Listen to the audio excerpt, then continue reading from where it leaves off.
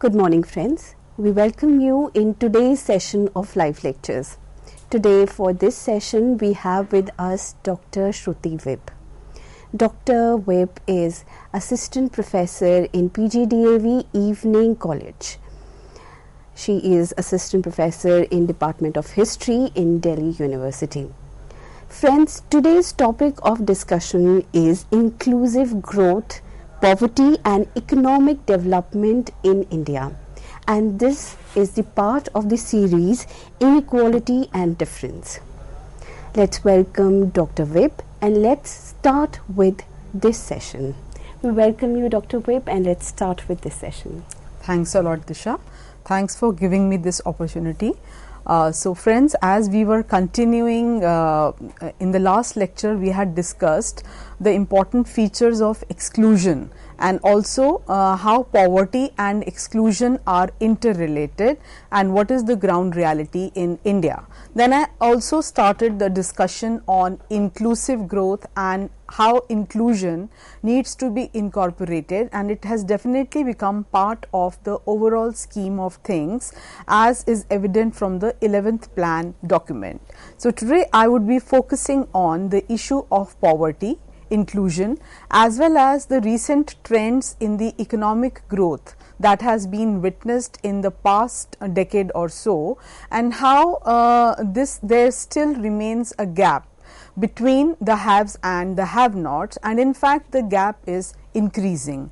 While no one can deny the fact that there has been a steady growth in the post-reform era, that is post 1991 period, and India has done quite well in some of the as some of the indicators show, like the balance of payments and then resilience to external shocks, and while the world economy was going through a lot of crisis, Indian economy escaped that crisis like situation in various ways. Then also there has been a steady growth in the service sector, as well as significant accumulation of foreign exchange, information technology and stock market improvements in telecommunications, etc. So while on the one hand all these developments have been taking place and the GDP growth was around 8 to 9% per annum in the period 2004 to 2005 and to 2007 and 2008, and the investment and saving rates were also quite high. So therefore the overall scheme of things looks quite positive, and many achievements can be talked about in the field of economic growth. Then also if we consider how exclusion is still continuing and how poverty is still quite apparent, and if we take into account the percentage of undernourished households, this is one of the good indicators because it helps us know as to how, while on the one hand people are accumulating wealth and there is definitely an accumulation of profit on the one hand, but on the other hand the very basic scheme of things, that is nourishment, is missing. So if we compare NSS round of 87-88 to probably 2003 2004 or 2004-2005, then we can see that both in rural and urban areas the NSS round shows that the number of undernourished households has increased. So therefore, while the economy is booming and GDP is rising, the problem of undernourishment rather than declining is increasing.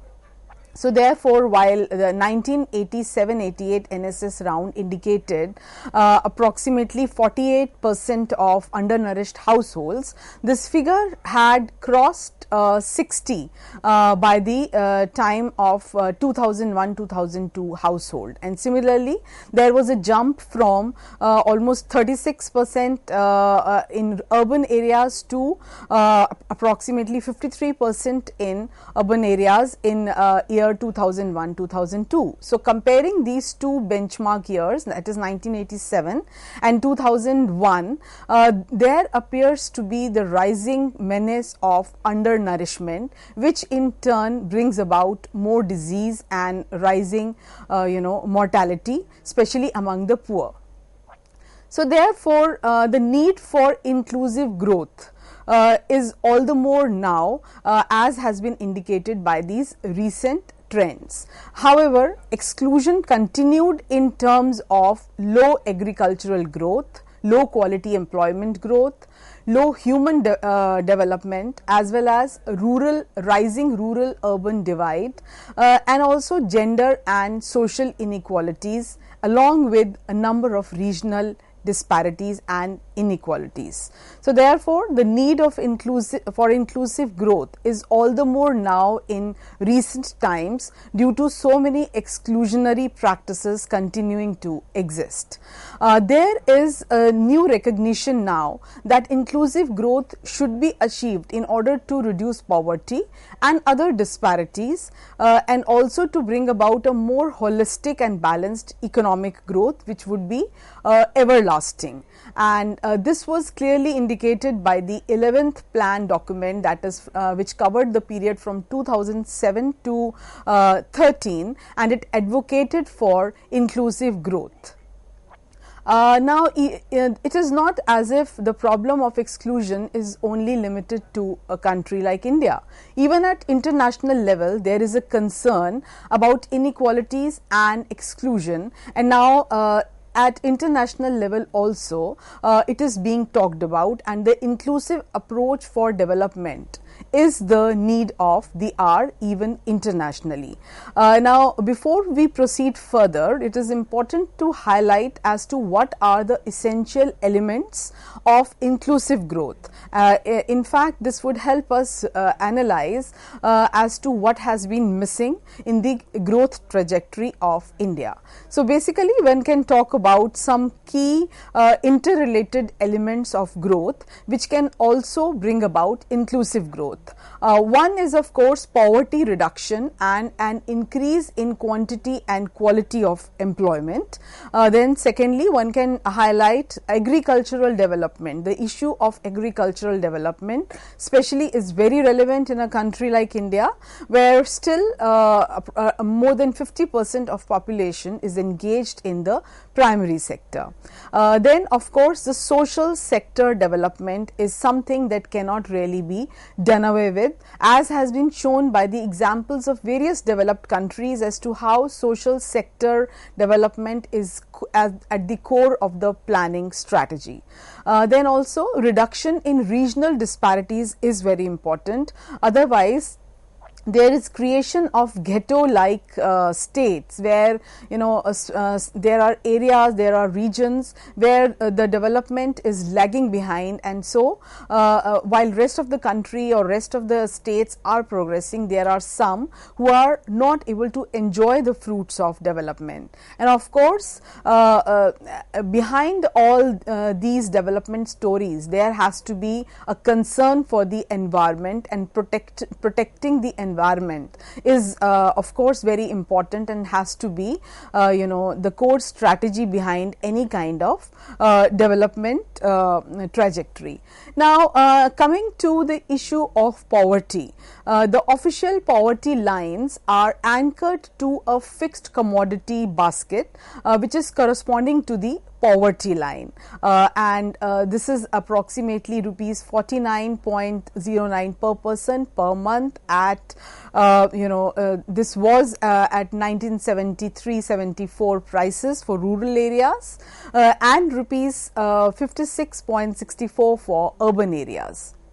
However, behind this technical definition of poverty and poverty line, the suggested rural commodity basket by the expert group contained minimum amount of calories, local the minimum amount of calories that has to be consumed per capita per day in rural and urban areas. So therefore, a close monitoring of this calorie count is equally important. So while it was 2400 kilocalories per capita per day in rural areas, for urban areas it was approximately 2000 kilocalories.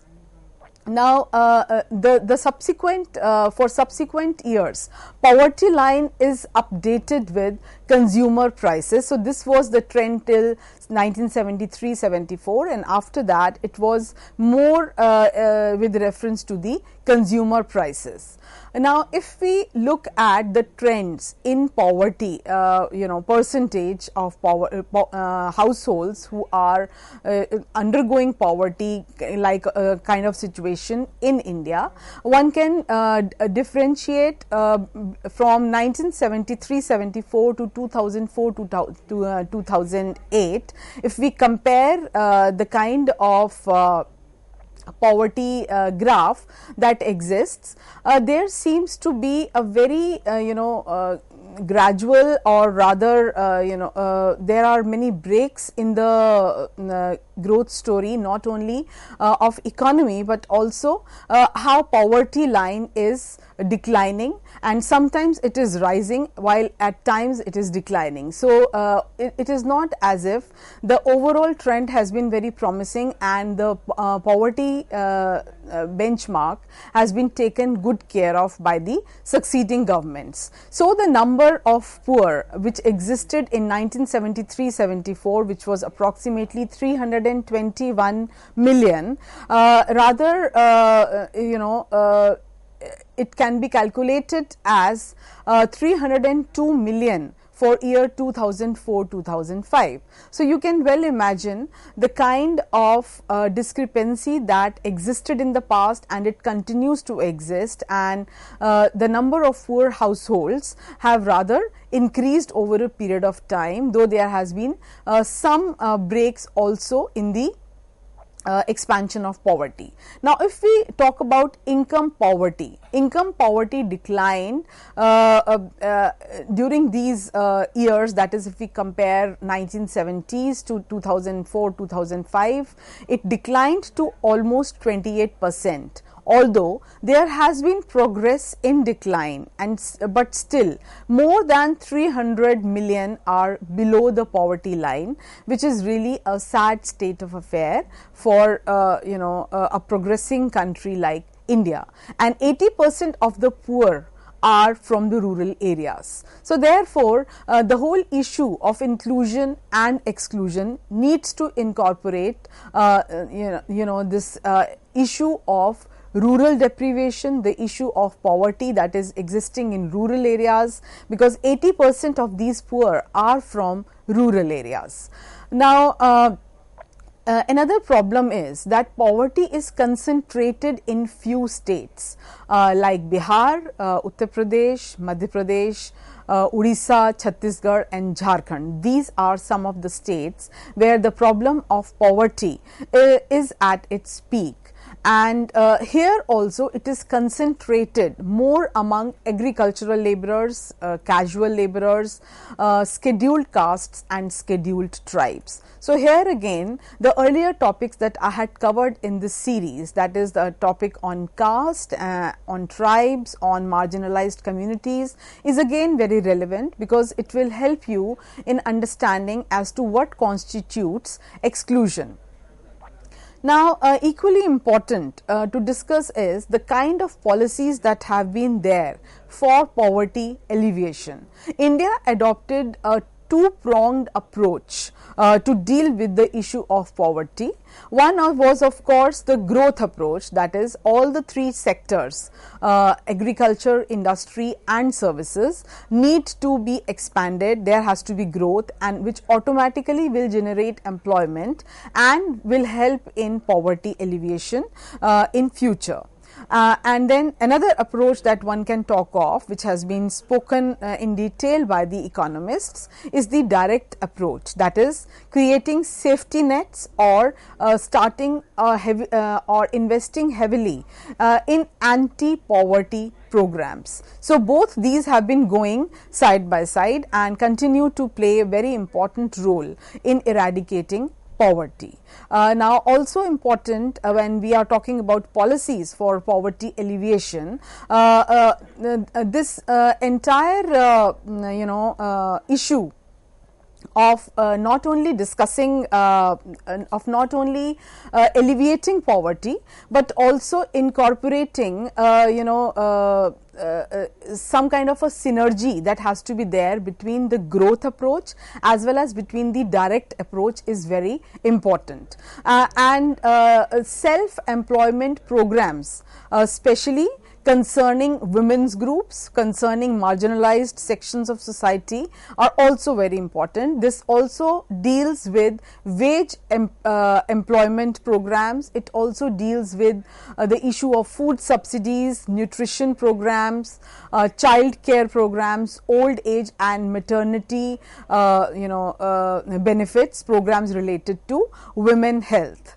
And public distribution system, that is subsidized food availability for the poor sections of society, is also a very important program, and the government of the day needs to incorporate more practical provisions in order to help the masses benefit from this scheme. Then National Rural Employment Guarantee Scheme. This was again a kind of example that one can give, in which 100 days of wage employment is given to the poor. But here again there were many loopholes in the scheme, and not many were able to benefit because of those loopholes. Now, when we are talking about employment, we need to also understand the kind of percentage that exists in various sectors, that is agriculture, industry, and in the tertiary sector, that is the service sector. So, there definitely has been a decline in the number of people who are engaged in agriculture. So, while in 1981 it was almost 75% of the population was dependent on agriculture, whereas by 2004-2005 NSSO data, this was ranging around 55-56%. Similarly, in industry, while in 1981 it was approximately 10%, which increased to around 18% in 2004. Similarly, in the tertiary sector, there was a jump from 12.4% in 1981 to more than 26% in 2004-2005. So, while this has been the kind of shift that has come about as far as employment is concerned, however, there are many problems in employment that continue, and this also impacts the continuation of poverty so many decades after independence. One is, of course, the share in the output and employment of different sectors which is changing. So, while there has been a decline in the employment in agriculture and there has been an increase in employment in services and industry sector, the problem is that people who are living in the rural areas continue to remain poor, and in fact they are also losing their traditional occupation without being able to get employed in the alternate sectors which are emerging. So, employment growth has increased in recent years, but the quality of increase is low. The problem of working poor continues to exist, and poverty is much higher than unemployment. So, both poverty and unemployment continue to exist, and a lot needs to be done to deal with the problems in employment. So therefore, the growth in employment has been more in the unorganized sector. Now this again is a challenge that needs to be tackled with, because the service conditions are more favorable for poor in the organized sector, whereas the unorganized sector is all about exploitation. It is all about unhindered growth and exploitation by maximizing profit. And especially in the neoliberal times in which we are living, this problem of exploitation is growing day by day, because the focus is only on creating more and more profit, and also taking recourse to the market principles of demand and supply. So the quality of employment is a major problem, it is a major challenge, and workers in the unorganized sector do not have social security, and this is the reason that exclusion is increasing, poverty is increasing, and government is trying to provide minimum social security in to unorganized workers. So this inability due to lack of resources or due to particular kind of policy that is being followed at higher level is resulting in this kind of discrepancy. So therefore, what has emerged is that while agriculture is taking a back seat, and in the number of people who are employed in agriculture or who can be employed in the primary sector are declining, but there are specific issues that continue to exist in agriculture which have not really been taken care of. So therefore, there has been a deceleration in growth in the in agricultural sector, and this decline has particularly been taking place since post 1990s. This has also resulted in a number of land and water problems, vulnerability of the world commodity prices, which again is impacting Indian farmers, and also farmers losing out their lands to SEZs and creation of special economic zones without proper relocation and without their money being invested intelligently elsewhere. So therefore, the disparities in growth across regions and also across sectors and across states has continued to remain, and this has resulted not only in inequality, but also it has promoted difference, it has also promoted poverty. Now, having discussed all these details, I shall now take a break, and then I would be resuming with a discussion on the problems that exist in Indian agriculture, because as we have just seen from the data, most of the poor people are living in rural areas. Thank you. Thank you so much, ma'am. And we thank you all for watching. We'll meet you again after a very short break, and we'll discuss on the same issue, inclusion of growth, poverty and economic development in India. If you have any questions regarding this session, you can ask us on our toll-free number, which is 1800-110-430 in last 10 minutes of the lecture. We'll meet you after the break.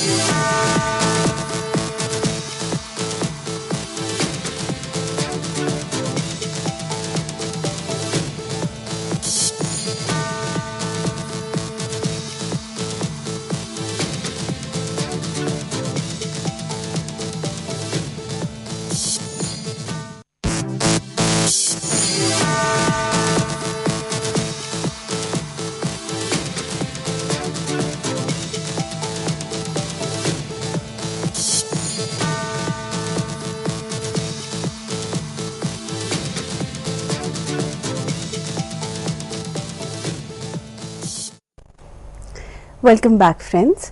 Prior to this break, we were discussing on inclusive growth, poverty and economic development in India. We'll start with the same topic with Dr. Shruti Vip, and we would like to remind you, if you have any questions regarding this session of the lecture, you may call us in last 10 minutes of this lecture on to our toll-free number, which is 1800-110-430. Let's start with the part 2 of the lecture. Welcome you again, ma'am, and let's start with the lecture. Thanks a lot. So, welcome back, friends. We were discussing the main problems that exist in the agricultural sector, because as we have seen, if one has to resolve the issue of poverty and exclusion, we need to take into account the problems that are existing in the rural areas and especially in the agricultural sector. Main problem that exists in agricultural sector is the low labor productivity in agriculture, and a gap between agricultural and non-agricultural sector is also widening. The non-agricultural sector, which largely includes industry and services, is not really absorbing workers from agriculture. So, people who are getting uprooted from the rural sector, who are no longer being employed in the cultivation in the agricultural sector, in the farm sector, are not really finding suitable employment in the non-agricultural sector, because they do not have the right kind of skills and training. So, therefore, there needs what we need is reorienting goals of agricultural development, revisiting the goals of agricultural development, and probably devising strategies to deal with the current problem.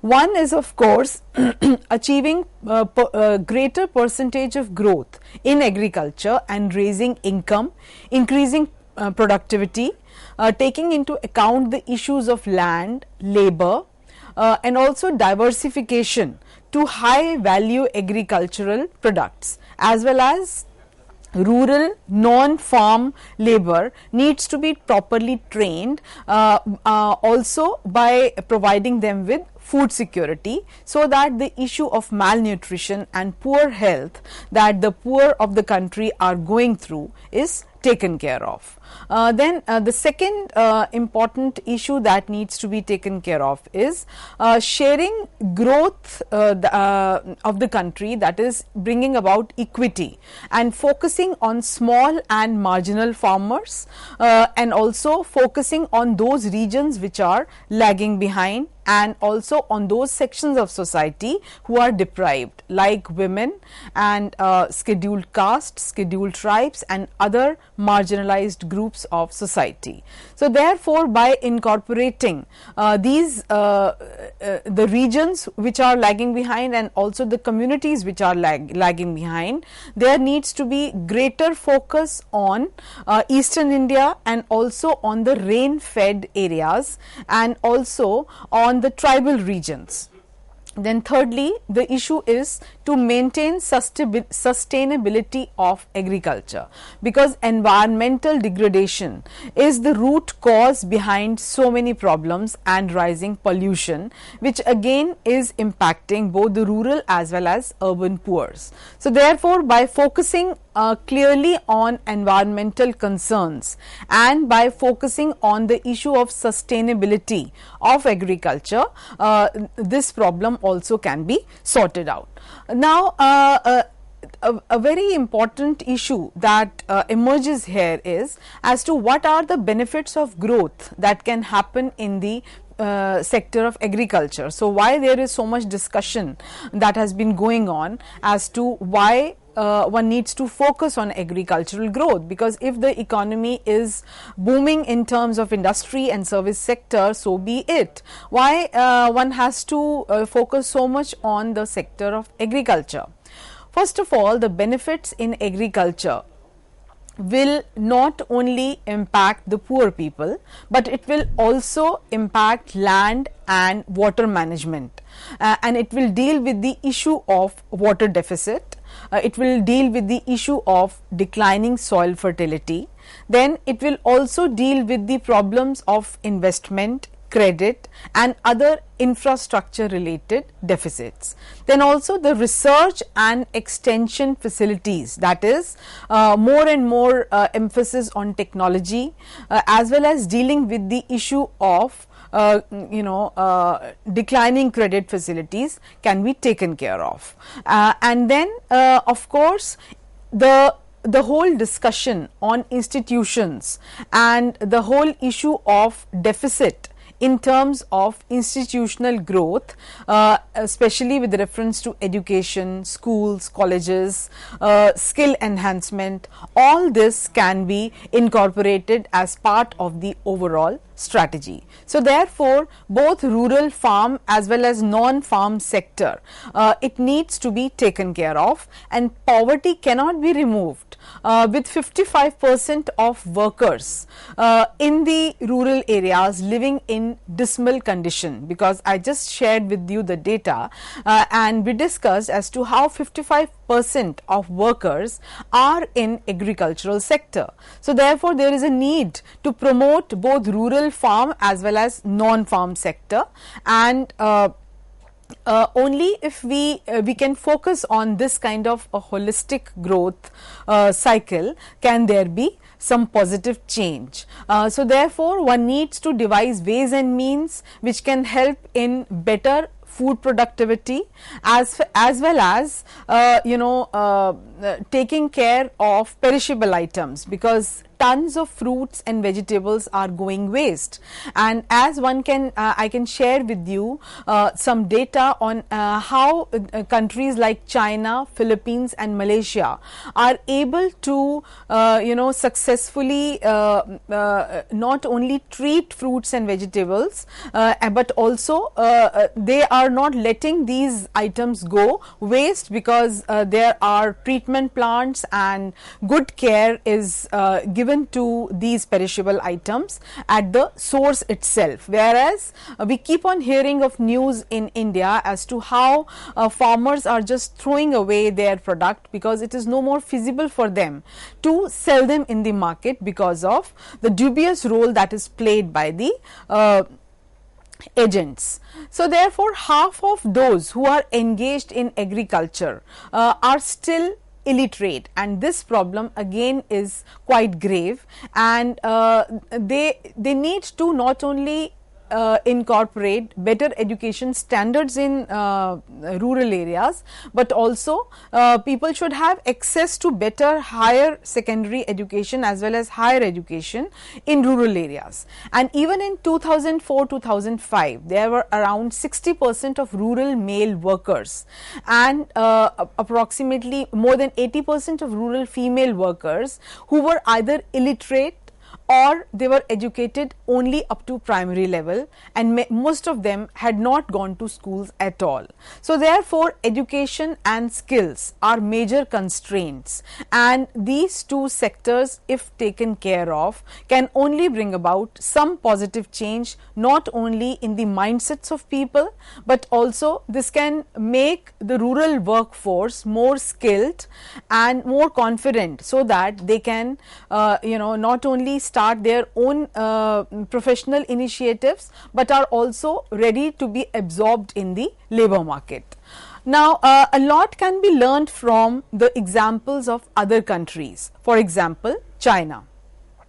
The India growth leaped from agriculture to services with less focus on manufacturing, whereas this kind of jumping from agriculture to services did not really take place in China, because over there manufacturing played a very important role, and the share of employment in manufacturing in Malaysia is almost approximately 60%. In Korea it is 62%. In China again it is much more than this, while in India, the share of people who are engaged in manufacturing was around 12 to 15%. So you can see that how manufacturing as an alternative to agriculture, the secondary sector as an alternative to primary sector, did not really emerge in the way it emerged in countries like China. And for this a lot needs to be discussed in terms of education, because unless and until people are able to grasp basic education, primary education, good middle school and secondary education, they would not really be able to get engaged in the secondary sector, because there needs to be a standardization, there needs to be skill enhancement, and that can definitely be imbibed if people are educated, if citizens are educated. So therefore, we need to learn from the example of China as to how by eradicating illiteracy and how by standardizing both primary and higher school education, higher secondary education, they were able to create citizens who were not only transformed into skilled manpower, but also they were able to get engaged in the productive initiatives, in so many investments that were going on, and also in more and more synergy that could be seen both in terms of growth in the field of agriculture as well as industry.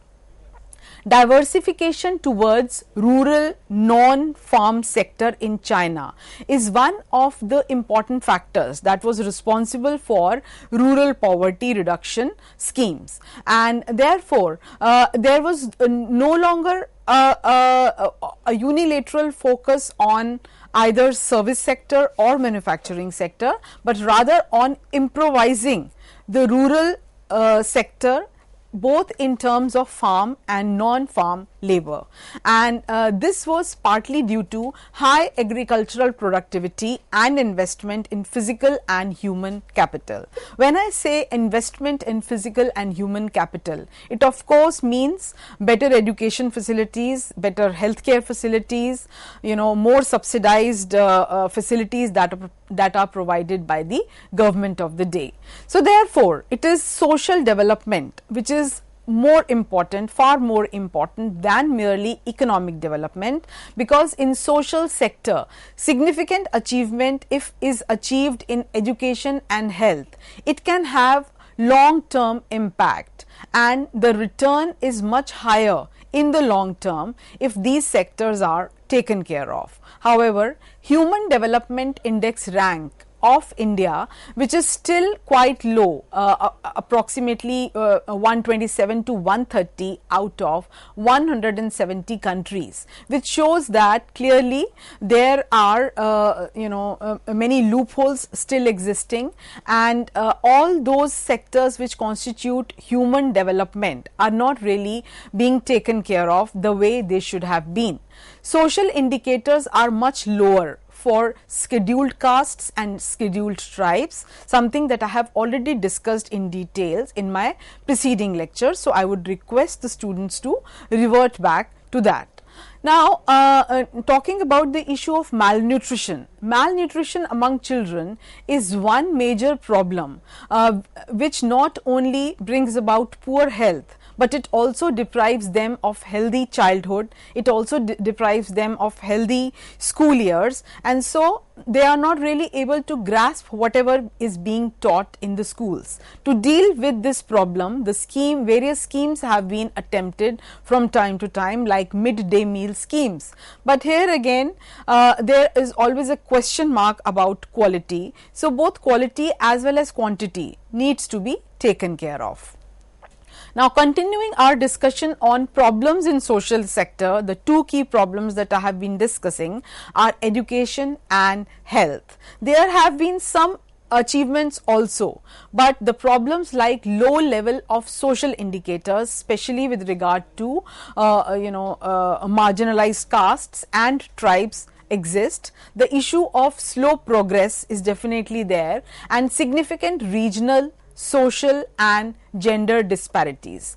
So when I say regional disparities, it basically means the whole concept of Bimaru states, the states that have been given this tag because they are just not able to come out of that vicious cycle of poverty, whereas there are states like Haryana and Punjab who have been thriving economically.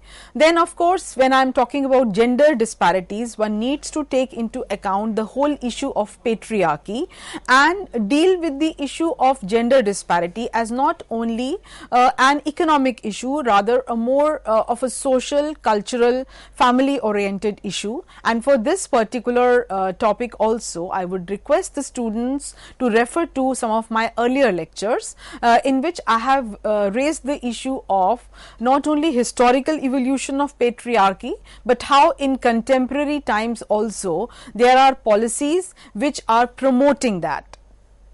Now, another important issue that is there is the low level and very slow growth in public expenditure, especially on health. Of course, education can also be added to this, and this has resulted in very poor quality delivery systems, and also privatization of health and education is further robbing the poor of their rights, the age old rights that have been given to them and which are enshrined in our constitution. So therefore, with rising privatization, there has further been deprivation, and the gap between the haves and the have nots has increased. That is, those who have access to good healthcare facilities are invariably the rich and the powerful, whereas those who have access to no health facilities or very dismal health facilities are invariably the poor. Similarly, with rising privatization of education, and not only school education, even higher education, the right of the poor people to gain access to education is further being eroded. Now, another very important issue when we are talking about inequality and difference is the issue of regional development or inequalities in regional development. So therefore, the very fact that though India is a country and all citizens and all regions have been given equal rights, there are significant regional disparities that continue to exist in India. And the per capita income, the highest per capita income has been registered in states like Punjab, whereas the lowest per capita income has been registered in states like Bihar. So therefore, the similar discrepancy can also be discussed with reference to female infant mortality. So the female infant mortality in states like Kerala is much lesser, approximately 12, as compared to the states like Madhya Pradesh, where the female infant mortality is as high as, sometimes more than 70. So therefore, the female literacy in state like Bihar is much lesser as compared to female literacy in a state like Kerala. So with these kind of discrepancies that have existed not only now, but they are continuing from the past, the need of the hour is to bring about some kind of bridging of the gap must be there, and the issue of regional disparities must be taken care of. Now, before we embark further on discussion on the issue of regional disparities, we need to ask the question as to what are the causes behind these disparities and what are the issues related to investment in physical and human capital, also issues related to technology, and at the same time institutions of governance, as to how various institutions related to governance, especially the local self governance and the PRIs, that is Panchayati Raj institutions, how well are they performing their roles, and what are the regional discrepancies which are existing, how these various benchmarks and parameters can be related to poor growth in some regions as compared to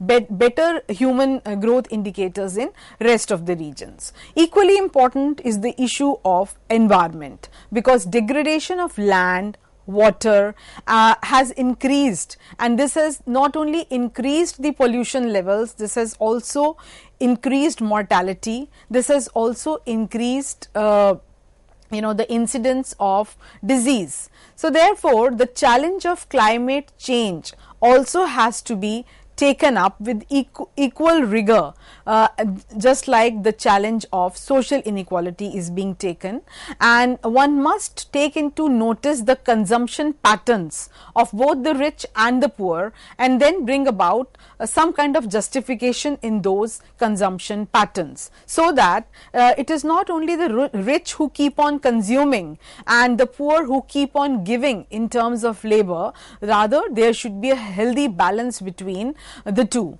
Then also the higher economic growth should not lead to a decline in our environment and in further erosion of sanctity of the environment. This again is a factor which must incorporate the kind of divisive strategies that various multinational corporations are evolving and putting into practice in various tribal areas, because most of these tribal areas are hotbeds of minerals, wealth, timber, natural resources, bauxite, aluminium, etc.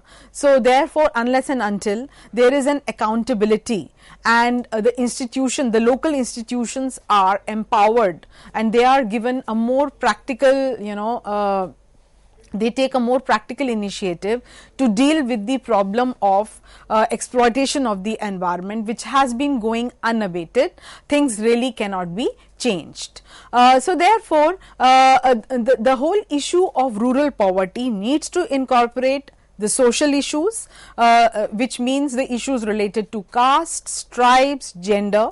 They also need to incorporate the issues related to environment. And the sad part of the story is that if we look at the census data and then we realize that rural poverty is very high in some states, whereas there are some states where the incidence of rural poverty is not that high. Similarly, the productivity differences in rural areas also differ compared to some states where the regional inequalities are much higher. There the productivity also is, rural productivity is much lesser as compared to those states where the regional inequalities are not existing. So therefore, the returns and the profit that are made and the per capita income is also much higher. So it is strange to see that how in a country which is ruled by one government and where no discriminatory policies are being followed, but these discrepancies remain, and the gaps between the poor states and the gaps between the good performing states is just not decreasing. So therefore, the agricultural productivity continues to remain low in states in which it was low in the beginning, that is just after independence. Now, having discussed these various issues, I would now like to sum up the topic by giving some reference to the India growth story as to what all incorporates the India growth story. The growth, as I just said, has been remarkable in the past, but poverty impact of growth has been negligible. So therefore, while poverty declined over a period of time, but still the poverty reduction in countries like Bangladesh and Nepal has been much more. The rate at which poverty reduced in states like Bangladesh and Nepal has been much more as compared to what it has happened in India. So this has raised serious concerns that India's growth is not inclusive or the benefits are not widely being shared. So therefore, more than 300 million people are still living in deep poverty, and they are living at less than $1 a day. And this is the reason that why India's growth is not adequately inclusive. So the growth has has delivered across, has not really adequately delivered across regions, and it has left behind large number of states of eastern India and central India. So while growth has not been creating enough opportunities and jobs, especially for those who got uprooted from the rural areas, growth in the agricultural sector, which employs more than half of the Indian workers, has been especially in the past decade or so on the decline, and therefore the growth overall is leaving behind key sections of the population, that is females, then the tribal population, the SC population, and also a number of other marginalized communities, and wage growth is heavily concentrated at the top, whereas at the lower level the wage growth is either just not happening, or even if it is happening, the growth rate is very less. Therefore, the employment is largely dominated, any expansion of employment is largely dominated by the informal sector jobs, and as I just shared with you, the informal sector is one sector in which there is hardly any benefit that reaches the the workers, because there are no employment benefits to talk of, and the exploitation is at its prime. Now, having discussed these various factors, now let us briefly talk about exclusion, as to who all are the ones who are excluded from this growth story. Female labor force participation rates have remained stubbornly low despite rising education levels among women, due to absence of opportunities. Now, this is one aspect that needs to be taken care of by the policy makers. Then significant wage discrimination also exists among casual workers, casual laborers, women. They get about half the wages of men. Less than 1/3 of the gap can be explained by the conventional factors such as skills, location, industry, etc. But the equally important are the socio-cultural and family related factors, which deprive these marginalized sections from achieving what they could have. Access to finance, that is rural finance, credit schemes, etc., is another very important factor. And most of the marginal farmers and also women, they do not have access to credit. The rich pay a relatively lower rate as compared to the poorer, and therefore with this rising rate of interest and with this rising exploitation and declining credit facilities, the issue of unemployment continues to remain unresolved.